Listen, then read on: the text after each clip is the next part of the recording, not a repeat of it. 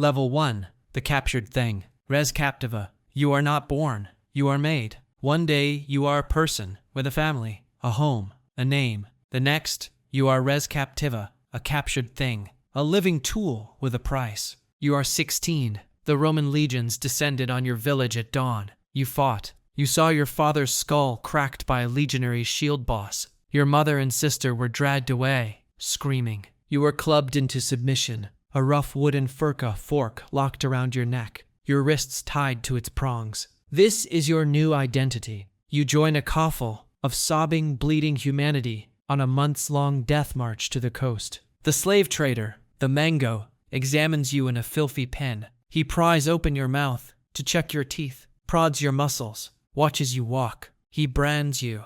The searing iron on your shoulder or forehead marks you with the letters F-U-G, fugitivus, a preemptive accusation. You are loaded onto a stinking ship, packed below decks, in your own waste. You arrive at the great slave market of Delos, where it is said 10,000 souls can be bought and sold in a single day. You stand naked, shivering on a rotating platform. A placard around your neck lists your attributes: British male, strong, untrained, stubborn. A Roman senator's agent buys you for the fields. You are handed to the villicus, the slave overseer, a man who earned his slight privilege by breaking others. He takes you to the latifundia, the vast estate. Your home is the ergastulum, a barracks that is little more than an underground stone dungeon. At night, your ankle is locked into a rusting iron ring set in the floor, chaining you to the man on either side. You sleep on damp straw, the air thick with the smell of sweat, infection, and despair. Dawn is not a relief. The villicus unlocks the forechains only to fasten you to a long coffle chain.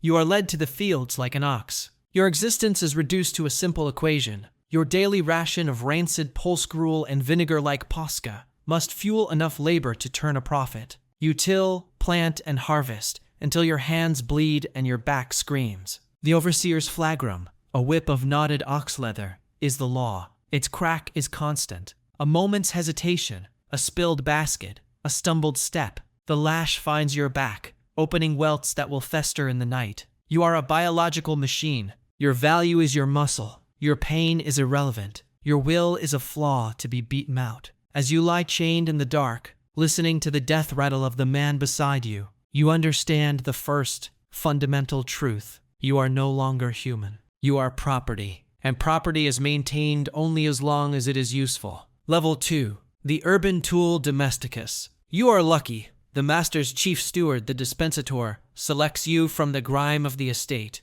You show a glimmer of intelligence, a submissive posture. You are taken to the domus, the master's townhouse in Rome. You are washed, your brand scrubbed raw to be less visible. You are given a cleaner tunic and a new identity, a household slave, a domesticus. Your world shrinks from vast, sun-scorched fields to the cold, polished marble and dark wood of the urban prison. Your value is no longer your back, but your obedience, your silence, your invisibility. You are a living piece of furniture. Your duties are specific. You are a petty sequus, a footman. You follow the master or his guests through the house, 2 paces behind, silent, ready to receive a cloak, fetch a cup, or absorb a command. You stand for hours in alcoves, motionless, while banquets rage in the triclinium. You witness decadence that would buy your freedom 100 times over. Oysters from Britannia, wine diluted with snow from the mountains, grapes fed to pet monkeys. You smell the perfume that fails to mask the sweat and vomit. You are not a participant. You are part of the scenery. The psychological brutality is more refined than the lash, but no less crushing. You must anticipate needs without making eye contact. You must be present without having a presence. A misstep here is not a spilled basket of grain. It is a dropped silver platter, a moment of hesitation that embarrasses the master before his peers. The punishments are intimate and designed to humiliate. The dispensator carries a slender rod of cane, the ferula. For minor faults, you are beaten on the palms of your hands until they swell, making your work agonizing. For worse errors, you are forced to stand, holding a heavy chamber pot filled with excrement for hours, the smell and shame soaking into you. You witness the fate of a young kitchen slave, caught stealing a piece of fruit. His head was locked in the pilius, a wooden pillory, and he was flogged through the crowded streets, a public lesson for the household. At night, You sleep in a tiny, airless cell in the slave quarters, packed with others. You hear the soft weeping of the oncelae, the female slaves, who serve more than line. Their suffering is a quiet, nightly horror. You have better food. Kitchen scraps are richer than field gruel, but you are constantly watched. Your spirit meticulously broken and reshaped into perfect, terrified utility. You are cleaner, but you are hollow. Level 3. The Broken Beast. Damnatus ad Metalla. Your luck runs out. The master's son loses a fortune on a chariot race. You, along with 20 others from the household, are sold to a state contractor to cover the debt. Your destination is no longer a home, field, or city. It is the empire's gut, the silver mines of Spain, or the marble quarries of Carrara. You are now Damnatus ad Metalla, condemned to the mines. This is not labor. It is a protracted, organized death sentence. You are marched into a terraced hellscape of dust and noise. You are issued a pick,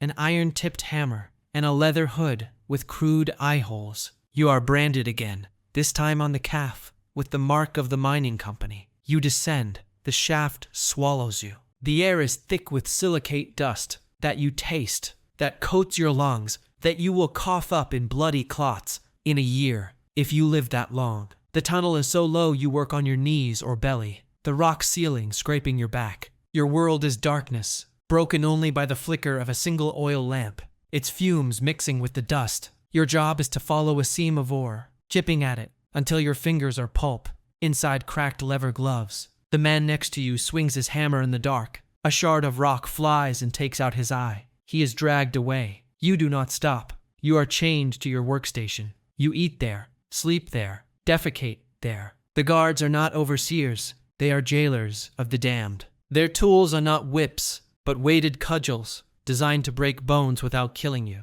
A dead slave stops working. They break a wrist for slow work, an ankle for defiance. You see a man try to steal a sip of water from the overseer's skin. They hold him down and smash his teeth with a rock. Infection sets in. He starves, unable to eat his meager ration of moldy bread and rancid oil. His corpse is left to rot in a side tunnel as a warning. The life expectancy here is measured in months. You are not a tool to be maintained. You are a consumable resource, like lamp oil or iron picks, to be used until exhausted and discarded. The constant, grinding pain in your joints, the burn in your lungs, the creeping blindness from the dark, these are not punishments. They're the process. You are being industrially dismantled, your humanity stripped away, layer by layer, until nothing remains but a pain reflex inside the broken body, swinging a hammer in the eternal dark until it stops. Level 4. The Entertainment. Damnati. Ad Ludum. You are pulled from the mine, not to freedom, but to a different spectacle of ruin. A lamista, a gladiator trainer, buys you for a pittance, seeing not a man, but a certain size and a capacity for rage born of despair. You are taken to the Ludus, the gladiator school. It is a barracks built like a prison, encircled by high walls and constant guard. Here, you are not a laborer, you are a performer of violence, being refined for public death. Your training is its own brutal ritual. You are chained to a heavy wooden post and forced to repeat sword strokes against it for hours until your shoulders dislocate. You are fed a gruel of barley and beans, designed to build a layer of subcutaneous fat that will make your wounds look more spectacular, bleed more visibly, without killing you instantly. You are property, but now an expensive one. The beatings are calculated, not to break your spirit, but to forge it into a weapon. The doctor-trainer uses a cane to correct your stance, striking your legs until you collapse. You fight other slaves in the sandpit with heavy wooden swords. The loser is deprived of food. The winner gets an extra ladle of gruel. You learn to fight, not for victory, but for survival of the day. You are given a gladiator type, a thrax with a small square shield and curved dagger. Your name is stripped. You are now Titus the Thracian, a product. The psychological torment is exquisite. You might be treated well, massages, better food, so you look impressive. You might be visited by wealthy women seeking thrills. This false dignity makes the final contract more perverse. You will kill or be killed for the crowd's cheer. You are marched through the tunnels beneath the amphitheater. You hear the roar of 50,000 souls above you, a sound like a beast waiting to be fed. The gate rises. The blinding sun hits the sand. You face another man as desperate as you. You fight. Your training takes over. You wound him. He falls. The crowd's thumb turns down. The Lanista's eyes meet yours from the edge of the sand. This is your final test. You plunge your sword into the other slave's throat. The cheer is deafening. You are spared. You live to fight again, to kill again, to be a monster for their amusement. You are led back to the dark, the blood on your sandals, leaving prints in the dust. You are not a man. You are the embodiment of their violent fantasy, a living reminder that beneath the marble and poetry, Rome's true god is the spectacle of death, and you are its most willing and unwilling priest. Level 5. The final lesson. Supplicium. You have seen the mine, the ludus, the sand, but you have not yet seen the true face of Roman power, the theater specifically designed for you. You have run, or you have killed an overseer, or you have simply been chosen, at random, to serve as the ultimate example. You are now a lesson. You are dragged from your cell at dawn, already condemned. You are taken not to a field or an arena, but to a public crossroads, a forum, or just outside the city gates beside the main road. Here stands the furca, not the yoke of capture, but a tall, inverted V of wood. Your wrists are bound and stretched upward, tied to the apex of the furca. You hang, your arms slowly dislocating from their sockets. This is only the prelude. The carnifex, the public executioner, steps forward. His tools are not weapons of war, but of prolonged, exemplary agony. For the crime of striking your master, your hand is laid upon a block and shattered with a heavy mallet, the bones splintered into pulp before the axe severs it. For running, the ferula is heated in coals and used to sear the soles of your feet, destroying your ability to ever walk again. For conspiracy, you are made to watch as your fellow conspirator is sewn into a sack with a monkey, a snake, a dog, and the rooster, the pinnacule, and thrown into the Tiber to drown in a frenzy of animal terror. But your crime is the greatest. You led a revolt. You are sentenced to crucifixion. The crosspiece is fitted to your shoulders. You carry it through the jeering crowds to the execution ground. You are thrown onto your back. Thick, square iron nails are driven not through your palms, but through your radii, the bones of your forearms, a technical adjustment to ensure you do not tear free. Your feet are stacked and nailed. The cross is raised. The agony is a science. The position destroys your lungs, forcing you to push up on your nailed feet to breathe, scraping your shredded back against the rough wood until exhaustion wins and you suffocate. It can take days. Crows land on the crossbeam. Soldiers dice below you. Travelers on the road point and explain you to their children. Your body is left to rot, a landmark of terror, a public utility for maintaining order.